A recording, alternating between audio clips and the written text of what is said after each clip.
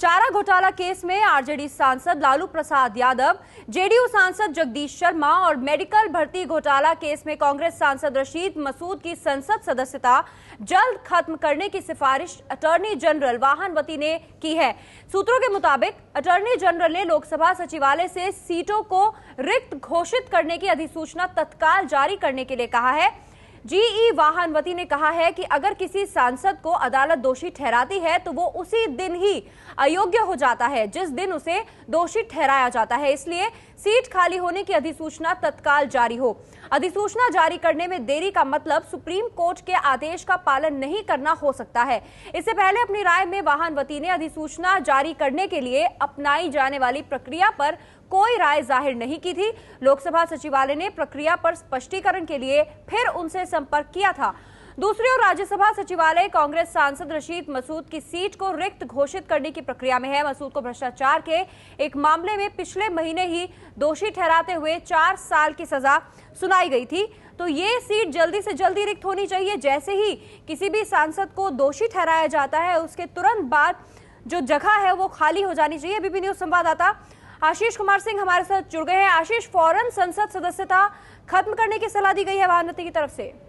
जी हाँ, बिल्कुल। चाहे लालू प्रसाद यादव हो, रशीद मसूद हो या फिर जगदीश शर्मा हो, आपको याद होगा पल्लवी, पहले ही दिन जब अदालत का फैसला इन सभी लोगों पर आया था तो कॉन्स्टिट्यूशनल बॉडी जो कि क्वाज़ी जुडिशियल बॉडी है, इलेक्शन कमीशन, उसने भी ये स्पष्ट किया था कि इन सभी की सदस्यता उसी दिन से रद्द मानी जानी चाहिए। और लोकसभा सेक्रेटेरिएट ने इसी वजह से राय मांगी थी, लीगल ओपिनियन मांगा था अटॉर्नी जनरल से। जो हमें सोर्सेज से जानकारी मिली है, सूत्रों के मुताबिक अटॉर्नी जनरल ने साफ तौर पर यह राय दी है कि नोटिफिकेशन तत्काल जारी कर देना चाहिए।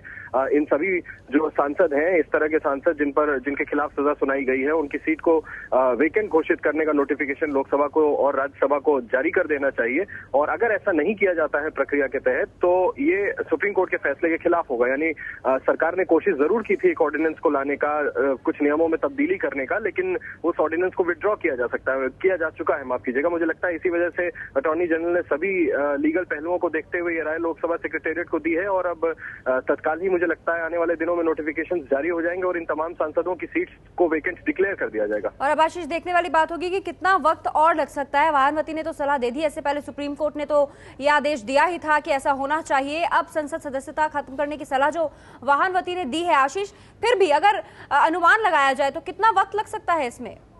देखिए, मुझे लगता है कि जितनी तत्परता लोकसभा सेक्रेटेरिएट की तरफ से दिखाई गई है, बहुत जल्दी ही लोकसभा सेक्रेटेरिएट ने ऑर्डिनेंस विड्रॉ होने के बाद राय मांगी दोबारा से अटॉर्नी जनरल से, और जब उच्चतम स्तर से ये राय दे दी गई है स्पष्ट तरीके से कि इन सीट्स को वेकेंट डिक्लेयर करने का नोटिफिकेशन तुरंत जारी कर देना चाहिए, तो मुझे लगता है कि अगला सेशन बहुत दूर नहीं है। इस वजह से जो भी कार्रवाई होगी बहुत जल्द होगी और लोकसभा सेक्रेटेरिएट जल्द से जल्द इन सीट्स को वेकेंट डिक्लेयर करने का नोटिफिकेशन भी जारी कर देगा। पल्लवी, बहुत बहुत शुक्रिया आशीष आपका इस जानकारी के लिए। तो वाहनवती जो कि अटॉर्नी जनरल हैं, उन्होंने ये सलाह दी है कि जैसे ही दोषी घोषित कर दिया जाए कोर्ट की तरफ से किसी भी सांसद को, उसी वक्त उसकी जो सीट है उसको रद्द कर देना चाहिए, उसे वैकेंट कर देना चाहिए, यानी रिक्त कर देना चाहिए।